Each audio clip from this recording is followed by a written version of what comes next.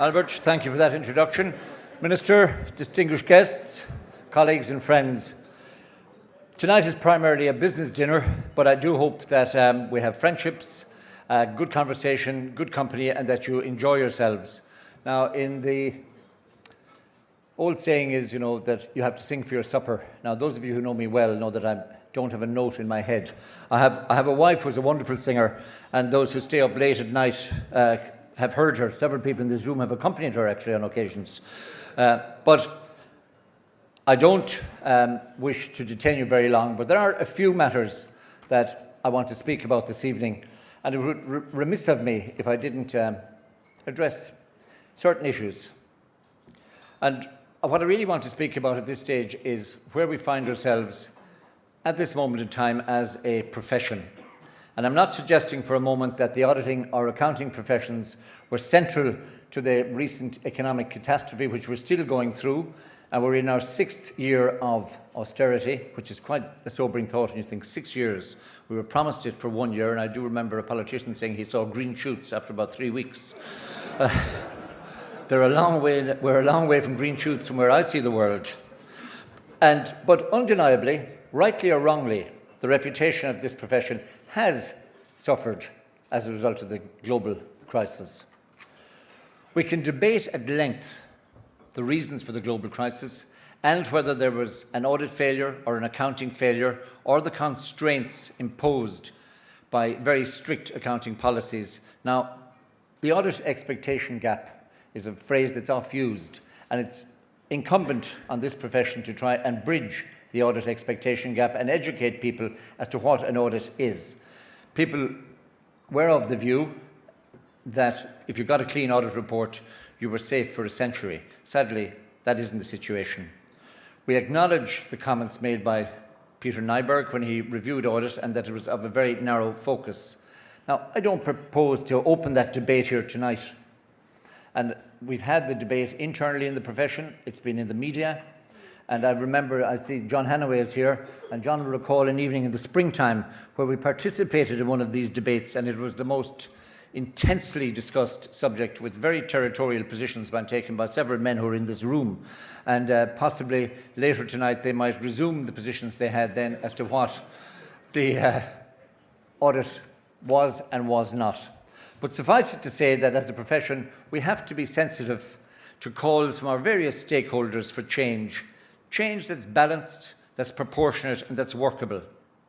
Of course, change will be driven by standard setters, by the regulators, and we respect and acknowledge the work that they do. Change will also be driven by the European Union, and currently Ireland holds the presidency of the Union, and it is our intention as a profession to support the government in any way we can so that the audit issues which have been raised in the Barnier paper are progressed. Whether they will be progressed to fruition or not during our presidency, I don't know, but that progress will continue to be made. We have to accept measures that are practical and that are workable. And we have to strive to achieve a global accounting standard that's transparent, so that if you review accounts, whether they're prepared in Dublin or London or wherever on the planet they are, that when you look at sales or balance sheets or liabilities, you know that what you're looking at is what it actually says, that you don't have to delve through minute notes that are buried deep in the back of a set of accounts to find out exactly what the real result is. And we support change, and change that will bring that about. We will continue to offer constructive assistance to the government in bringing change to the profession where they see it necessary and where we can assist them in it. Now, in the private sector, over the last number of years, regulation and rules have tightened, and we accept that, and we've supported that change. We, in the auditing profession, are very regulated, and I see here this evening Chris Gibson, Chairman of CARB, our own internal regulatory board, and other regulators are in the room. And we have, as in the private sector and in the audit profession, we have taken on board all of the regulation which has been sent, and we have, I wouldn't say embraced it, but we've actually complied with it and we work with it. But the public sector also needs to have change. And In pursuing the public sector agenda for reform, the government must ensure that we develop a financial reporting system that is really fit for purpose. Accrual accounting is necessary for understanding of economic reality where we are. Of course, that's not to suggest that proper accounting would have resolved or avoided the financial collapse, but I'm sure it would have resulted in better decision-making by government policymakers.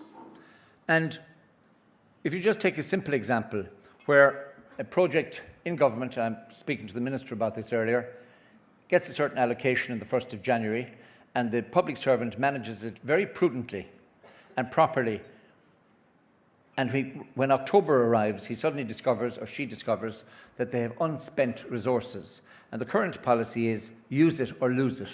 Now, in a proper accounting world, where the project merited support and investment at the beginning, whether it goes over a 1, 2 or 3 year period, the funding shouldn't be withdrawn, or you shouldn't have had to resort to use it or lose it.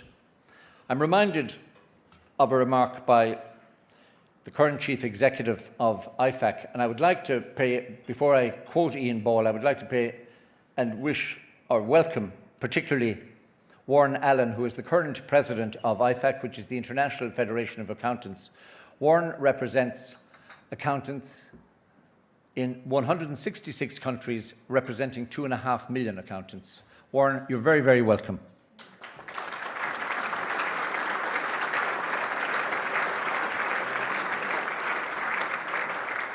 And we wish you well in your term of office, and we will certainly support you where we can. Anyhow, back to what Ian Ball said. Ian said, and I have to read from this, citizens and investors deserve more reliable and complete financial information and greater transparency and accountability from government. And we absolutely support that position. As taxpayers, we have transferred more and more resources to the government, and we're entitled to see how it's spent and that it's spent properly in a transparent way. So we very much support the goal in the current government programme for government of moving towards a full and comprehensive system of accrual accounting, and we'd ask that we move towards that sooner rather than later.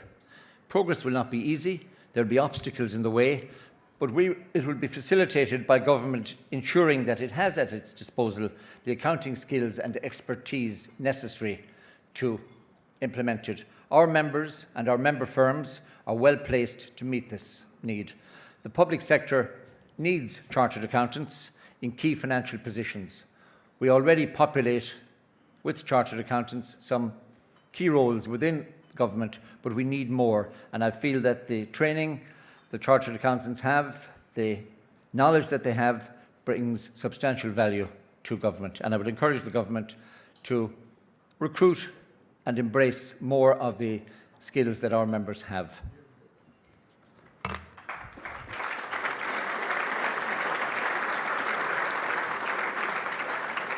Now, lest people think that I'm dwelling on the negatives, you, our members and our member firms, play a very vital role in helping to steer the economy through these difficult times. As I said earlier, we're in the 6th year of austerity. We're in a long night, and I certainly don't see light at the end of the tunnel just yet. And we have to be supportive of government and what it does. Our employers and our clients, large and small, domestic and international, depend very much on our expertise and our skill to help them, sustain them and guide them through these difficult times. The existence of a very strong, adaptable accounting profession in Ireland, I believe, ensures that Ireland remains a very important destination for foreign inward investment and the global firms that come with that. It is through the support of our members that this institute continues to produce chartered accountants of the highest calibre, and it also makes a very significant contribution to public life on this island. And I say island deliberately. This institute will be 125 years old in May of this year, founded in 1888. And since its foundation and its inception, it has been an all-island body, north and south. And today, our ties between our members in Belfast, or Newry, Dublin, or Wexford are stronger now than they ever were, and that's something that I'm very, very proud of.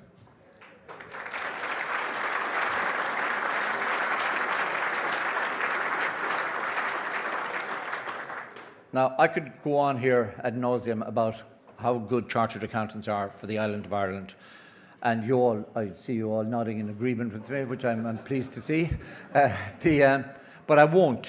But instead, I will give you. I was away on a holiday recently skiing, and I see some of my ski friends down here. And we had a discussion about chartered accountancy one night. Just shows you how exciting the skiing was. And when I started to recite the number of members we had, the students we had, the contributions we make to the economy of this island, there was disbelief. So, Jean, I commissioned this video specially for you. Thank you very much for your attention, ladies and gentlemen. And this video will last for 3 minutes. And enjoy the rest of your evening. I'll talk to you later.